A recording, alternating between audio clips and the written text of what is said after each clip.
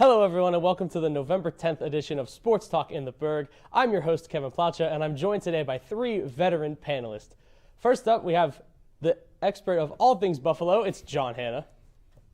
We've got the Sherwinator, Colby Sherwin.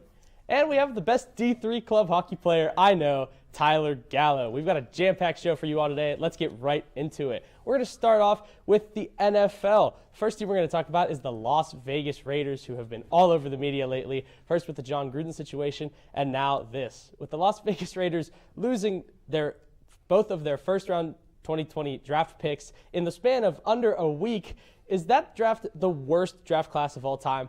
Colby Sherwin. Well, if we're going off worst humans drafted, maybe. But I don't think it's the worst draft class ever. Yep. The 2005 Vikings, their first three picks, Troy Williams started 24 games. Colby, just not, speaking of the Raiders, I don't think it's a bad draft class. It's unfortunate, but Henry Ruggs was good. Damon Arnett was good. Yeah, his players made an impact in their small time in the league as well. It's 2 years ago? I think not that they performed a guy like Brian Edwards in the third round could still, develop into somebody. But no, the worst is the 2000 Buffalo Bills. As a Bills fan, only two players played more than 2 seasons in Buffalo. Only one player played more than 100 NFL games.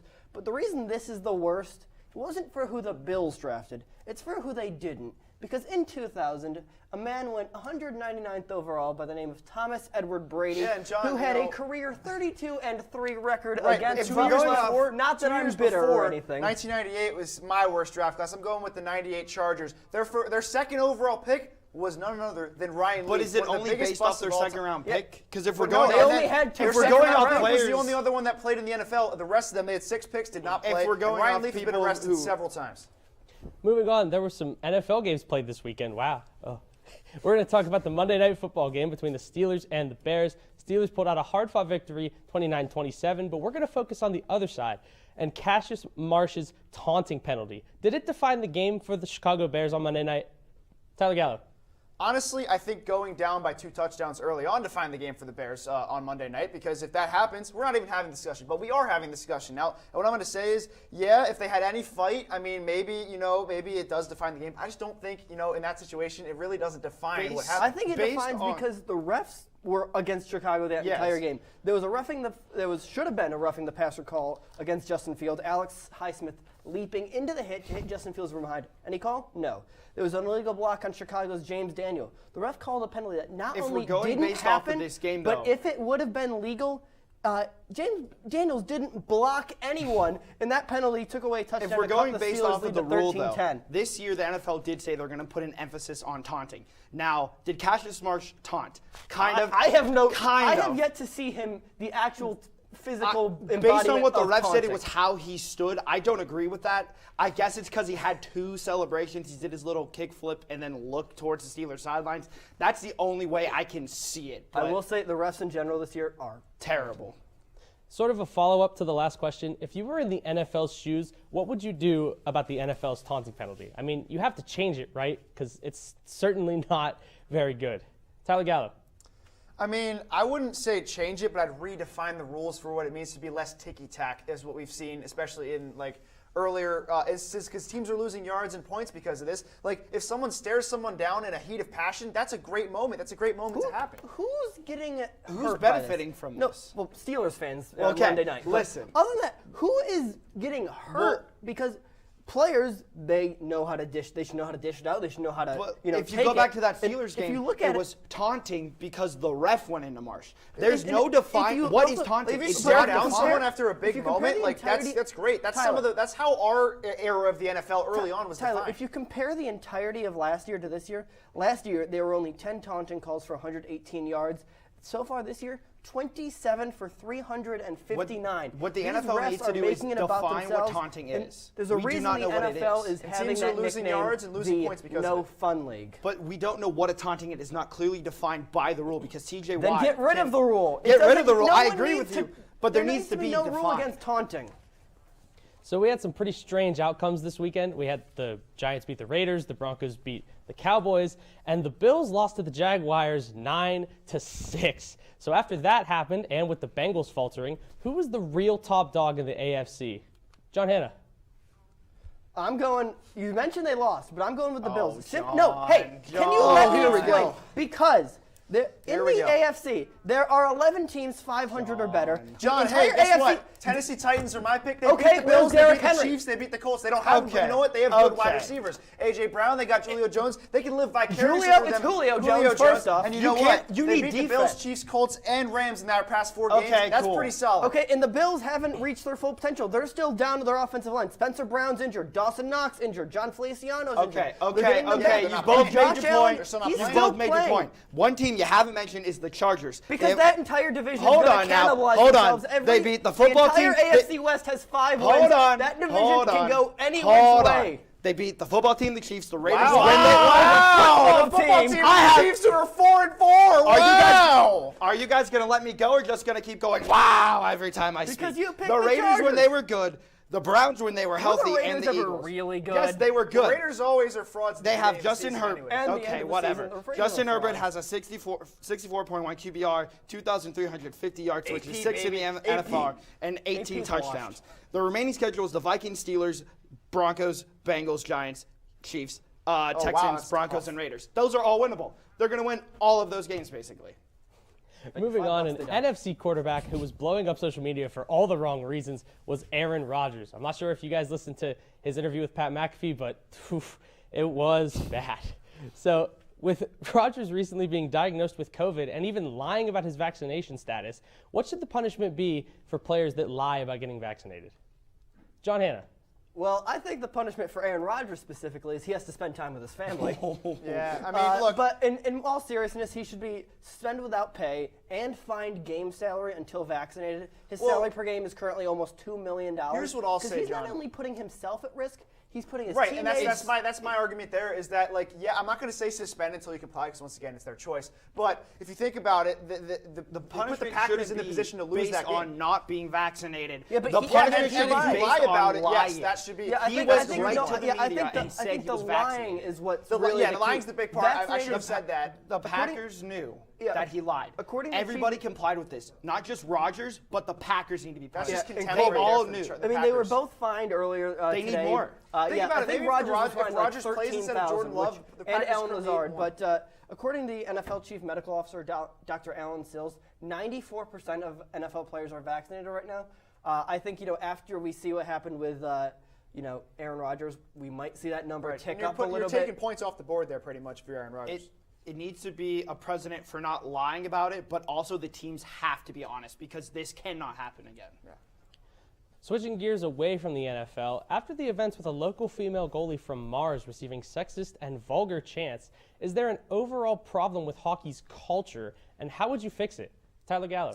Yeah, well, okay, so my dad coaches women's hockey, and this has been a problem forever. And it's not going to change. It's absolutely disgusting that it sucks. This is absolutely this is disgusting that it had to happen. And I'm think about so glad that people rallied around her. It's not just women's, like you mentioned. Right, But and in the past men's. month, we've had the Mars goalie, Kyle Beach. I will say this, Carey though, Price. every person's high school and every high school you've ever been to has chanted something nasty at some point. But that's not the point. That's But- not but okay, think though. about That it. has to Even in change. recent memory press this month, you had Akeem Aliu with the racist comments, Mike Babcock abusing players, women's hockey in general. One thing, not terribly, but Pierre Maguire making those comments to Kendall Coyne Sheffield in the All-Star game about how hockey play is I don't played. know if this And is then you just a have hockey also- issue, but it's a sports issue at a whole. And you also have Things need- High school kids are the worst. With guys like Carey Speaking of Price, someone who Tuukka was a high school Rask, Robin Lehner, who have the mental health issues and then get lambasted on Twitter because, they need to take care of themselves when in reality, they're doing what's best for them. But I don't think this is keyboard just warriors a hockey think issue. I think it's a sports issue. It's a worldwide issue. Everything stuff needs to change. So switching gears again to something that I don't think we've ever talked about here on Sports Talk in the Burgh, Melanie Holst is going to join John Hanna and Colby Sherwin as they... Oh, never mind. We're actually going to do Tweet of the Week. So last show we introduced a new segment called Tweet of the Week, and we're bringing it back. This week, the whole Steve Levy and Najee Harris situation. Levy had a miscue talking about how Harris slept on the floor. So as aspiring media journalists, should Levy have been better prepared for that segment, and was it the right move for Levy to respond and donate to Najee's charity? Colby Sherwin. Well, I mean, we've all gotten things wrong in a broadcast and before. true. You don't If know you- this story. It's no- a secondhand account Also, from a coach. Steve Levy, he got mixed up because Josh Jacobs, another Alabama running back, did the same thing. So he got them confused. I mean, it's never a bad thing to donate to a charity. Not at all. But, you know, I think in general, as Kevin slightly mentioned too early. You guys can agree with this. We're all taught to do extensive research. I mean, we've all done it for the show today. But, like, all it takes is asking. All it takes is asking someone that's connected to the situation really to change it around. On the broadcast, you hear him say, I talked to a coach. It's a secondhand account from a coach. So you can see that it can get mixed up because different athletes. It happens. I'm not going to make a big deal out of it. All right, so now Melanie Holst is going to join John Hanna and Colby Sherwin as they debate some of the greatest athletes to grace the hardwood floors in Dancing with the Stars. Guys, take it away. Well, thanks for joining us, Melanie. Thank you, Melanie. Of course. Thank you for having me. I mean, so my opinion, you know, we have all these athletes that have won. You have Emmitt Smith, Donald Driver, Hines Ward, Rashad Jennings, all NFL players. And then in terms of speed skating, or skating in general, Apollo Ono, Adam Rippon, Merrill Davis, Christy Yamaguchi, and then gymnasts Laurie Henderson and Sean Johnson East. But I'm going with someone who's not an athlete in the traditional sense. I'm going with IndyCar driver Elio Castroneves, paired with Julianne Hough, beat out Melby of the Spice Girls in 2005. I'm going to go with Hines Ward, Pittsburgh guy. I really enjoyed watching him. Of course you go with the hometown guy. You go with the Bills Colby. for every Crazy. single football event, football talk ever. But see, Elio Castroneves... What's the difference between me and Hines Ward and you and the Bills? Melanie? Well, easy. Hines Ward did better on more of the dances that he did than your pick here. Elio Castroneves never finished bottom two. And also, if you look at some of the songs too, I mean, I'm a music guy. Yeah. Iris by the Goo Goo Dolls, Santana, Kids in America by... But that's just the early seasons. They had better music during the early seasons. Easier to dance to than, you know, what we're seeing in the more recent seasons. But who you're saying, he only topped in the quick step, the rumba, the paso doble, and the samba, whereas Hines Ward really kicked butt here on the... you know, to get that Maribel trophy. He had the foxtrot, he had the quick step, he had the jive, he had the samba, the tango, the salsa. Helio Castroneves. I don't know about that argument. Well, Hines Ward mine was more the city, and my hometown rallied around Hines Ward. I remember this, just watching it, and it was just so enjoyable to watch that. I mean, I guess that's fair. But if we're going to actually talk about winners that did really well and definitely should get some credit, I definitely say Merrill Davis is my pick. She did the jive, she did the salsa, the samba, the swing, tango. She did the Argentine tango twice on that show, one with her partner's brother Val Schmirkowski and once with her partner Max Schmirkowski, and really did really well in that, as well as her ice dancing partner, Charlie White. If we're going to pick other top athletes here, I think we also need to take a look at the story of the different dances too. In the end. Melanie, thanks for joining us. When we come back, we'll be discussing some RMU sports as well as the college football playoff rankings right here on Sports Talk in the Burgh. It's been difficult because I hadn't been able to see my grandchildren. I can't wait to get back to field trips with my school. Not having to think about putting on a mask. I really can't wait to get back to life, really. I miss all my friends. I miss taking pictures in school. An expression on someone's face when you do something nice for them. COVID-19 vaccines are available, and they're the first step to safely getting back to things we miss most. Visit getvaccineanswers.org so you can make an informed decision about COVID-19 vaccines. Imagine being fired because of who you love. Imagine being denied medical treatment because of who you marry. Imagine being evicted because of who you are. Millions of Americans don't have to imagine this. They have to live it. Because in 30 states, it's legal to discriminate against LGBT people. It's time to make an informed decision about COVID-19 vaccines. The dangerous new Delta variant is more than twice as contagious as the original virus and can affect anyone. Right now, 9 out of 10 hospitalizations and deaths from COVID are among unvaccinated people. Getting vaccinated might save your life, and there's now an option that's fully approved by the FDA. Learn more at getvaccineanswers.org. Honorary Forest Ranger Betty White here, lending a hand to my dear friend Smokey Bear, because for years he's only said, only you can prevent wildfires. But there's a lot more to say, like If you park your car on tall, dry grass, the hot exhaust pipe can start a wildfire. So keep the animals safe, especially the cute shirtless one. Go to SmokeyBear.com to learn more about wildfire prevention. Welcome back to Sports Talk in the Burgh. So college basketball tipped off last night, and tons of teams showed us why we should be excited. So with that being said, Colby Sherwin, who was your player to watch this season in college basketball?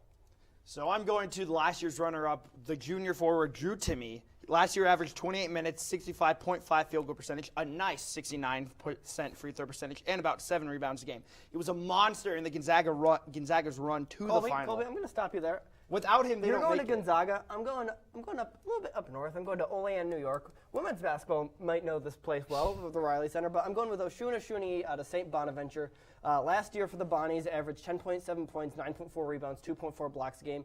Named all A10 second team and A10 DPOI. 6'10", 220, 7'8" wingspan. Yeah, he led the A10 in blocks per game by half a block. Speaking of length, I'm going with Gonzaga as well, but I'm going with Chet Holmgren, who officially enters one-and-done status and title or bust status in his first season and only season at the college basketball level. He's got all the tools to be a great player. The problem with you two, are you sure that they're not going to, cannibalize each other? If they're good enough, as we're saying, they should be able to share the ball and get their should be. Jalen Suggs did that with Drew Timme We've last seen year. it dream teams but fail. if you look at this, if we're saying as good as they are, they should be able to share the touches and put up their numbers together.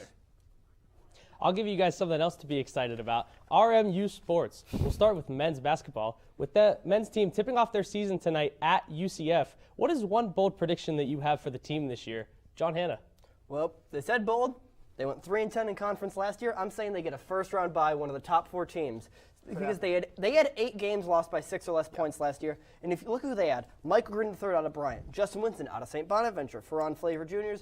out of Oklahoma State, and then Rasheem Dunn out of St. John's. I'm having him on the All-League first team that season, and no way to do that, get the bye in the first round, by making the All-League first team. He has all the tills to do that, and he's 9-4. I don't think it's that bold of a getting a prediction, top to be 4 seed. completely I honest. will one-up you. They'll get a top 4 seed and go all the way to the semifinals. I believe in this team this year.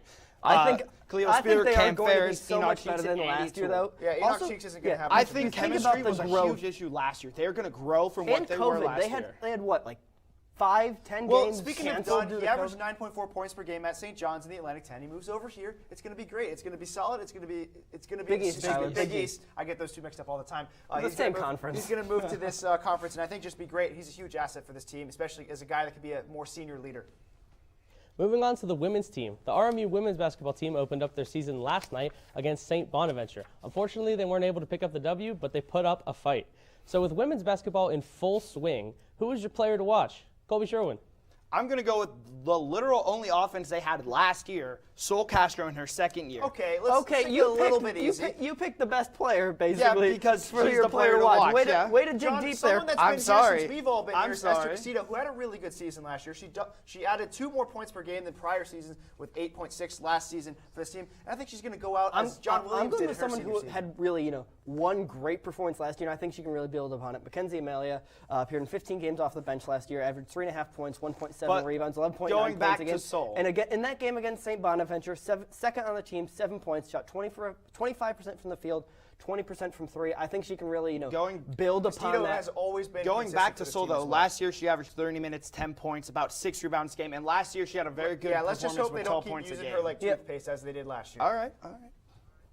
Final RMU sports topic for now, RMU football. They were in action last weekend when they took on number 12 Kennesaw State. Unfortunately, they weren't able to pull off the upset and they lost 45-21. Was the Kennesaw State blowout expected, or did you believe that Robert Morris actually had a shot, and why? Tyler Gallo, you first. Well, I'm pleased that it wasn't a shutout like the year before, but I don't even think their offense played that bad. Kennesaw State's just that good. I mean, George Martin threw for over 250 yards. Elijah Jackson with 95. It was a good game for the offense. The only problem, the defense was yes. terrible.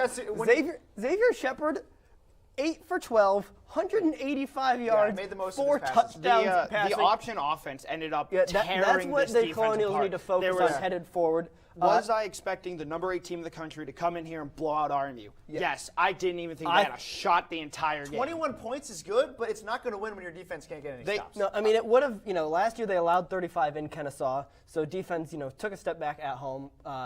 They first loss at home in, 7 tries? Yeah, 8 tries. It was the really defense just, wasn't prepared. The offense played okay, but they need more. George Martin continues to burnish his credentials in his senior season as having just his best year. And Elijah Jackson, second straight game with a rushing touchdown. So I think, it's a bad game, but it's a building block headed forward, especially against Monmouth this weekend.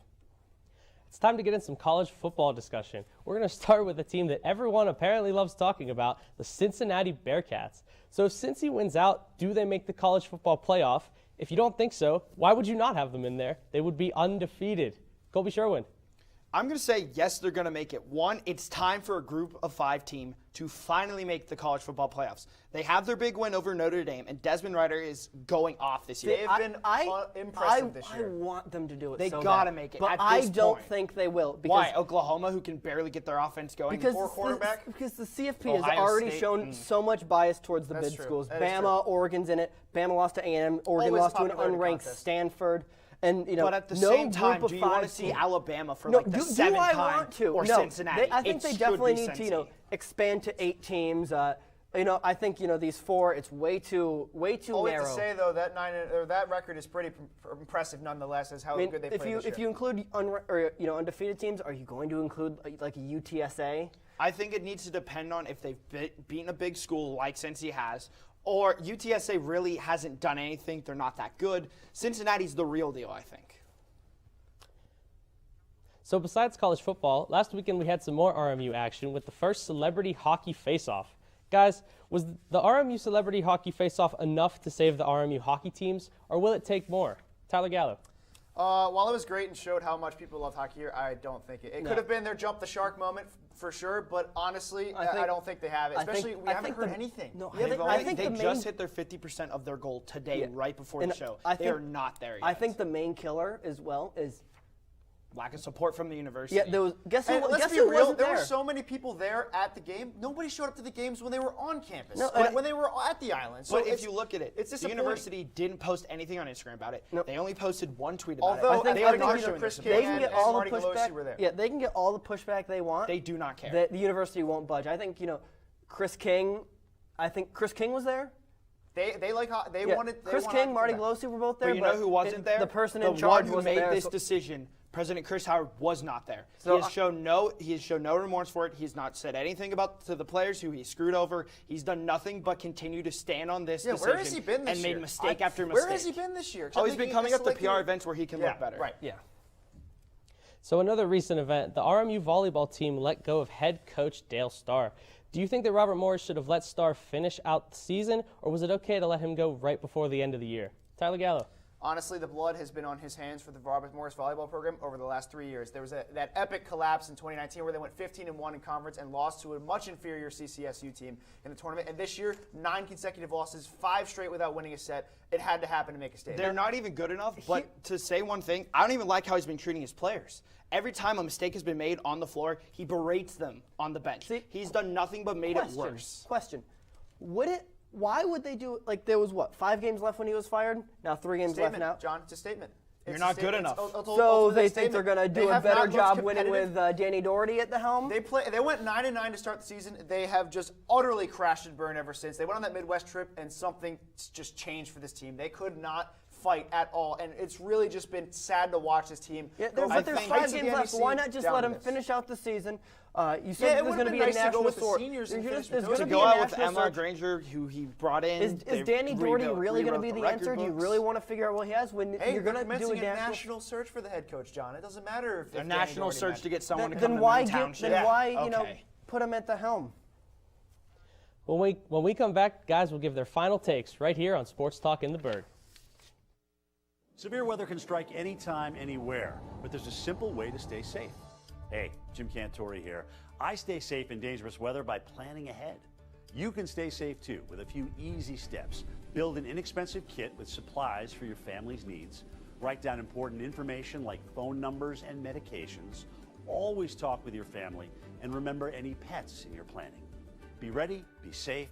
Start your plan today at ready.gov/plan.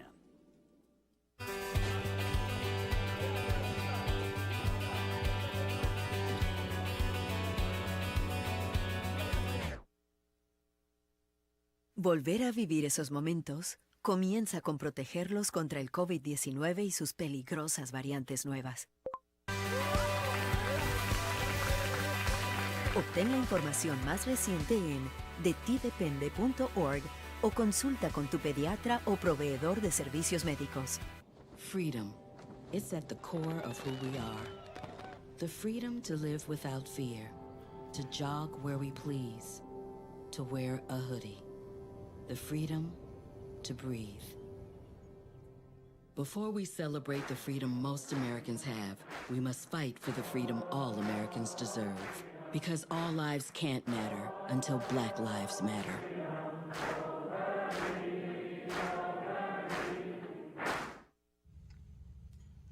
Hey, boss. Okay. Said I'm fine. See you in the morning with the frosted Superman, but it wasn't on it, and we lost it. In my head, in my head, in my head. We were underlay in my head. Hey, son. Hey, Bob. You know you can talk to me.